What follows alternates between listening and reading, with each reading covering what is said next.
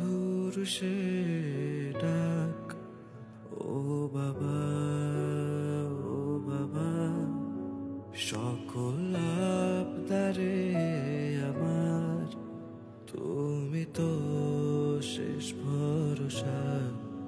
স্বার্থের পৃথিবীতে তুমি স্বার্থহীন এক বিশ্বাস।